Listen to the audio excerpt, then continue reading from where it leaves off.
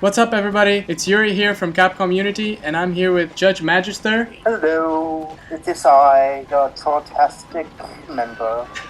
And today we're going to take a look at Judge's favorite monster, the Jhen Mohran. I started fighting him on Troy, which he originally came from. I thought to myself, oh, this is the perfect monster for good teamwork, have fun, and it's more orderly than the rest of the monsters. And at first, I'm like with everybody else, I kind of was wary about liking him and that, but he won my heart.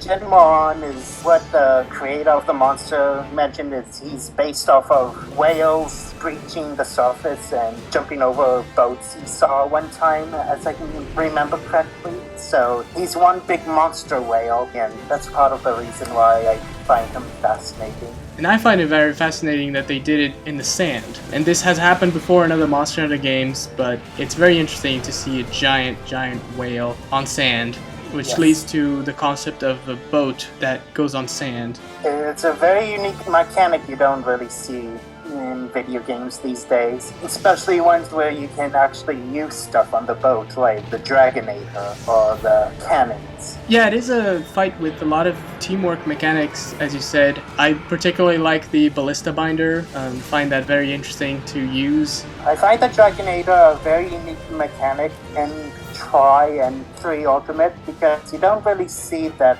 often in the Monster Hunter games. And in the Jhen quests, he goes diving at you facing the front of the boat, and you need to just time it just right to just hit him with a big, huge, giant spear thing. Yeah, and it's quite a responsibility too. Yes, and if you're not good at the timing of the first phase, you might end up losing the fight in the second phase if you get into the second phase. You can climb on his back and break the spines of his back, and one of his weak points is there, which is really fun, especially when you don't know when you're going to get knocked off. I love the animation when you get knocked off the boat and you have to sort of pull yourself up with the rope. Well, another unique thing about the Jhen Mohran is that the fight in and of itself is segmented into 2 different parts. Like we said earlier, you fight him on the sand boat, and then afterwards, I find it interesting that they called it the final showdown. The final showdown!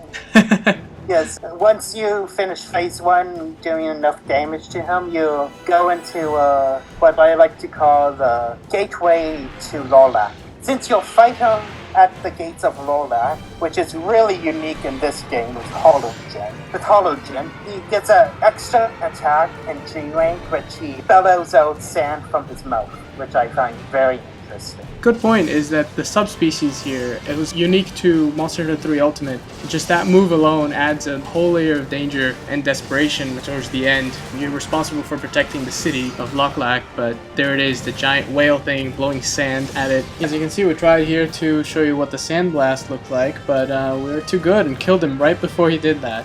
If you notice, he is sucking at this point, literally and figuratively. Reminds me kind of like the nipple snarf, right?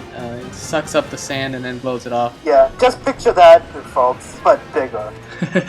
So that's it for the Jhen Mohran and the Hollow Jhen Mohran. Once again, thanks Judge Magister for coming on the show. You're welcome. And if you want to hear him talk more about Monster Hunter, there's the Triple Card podcast. So look for that. See ya. Bye-bye.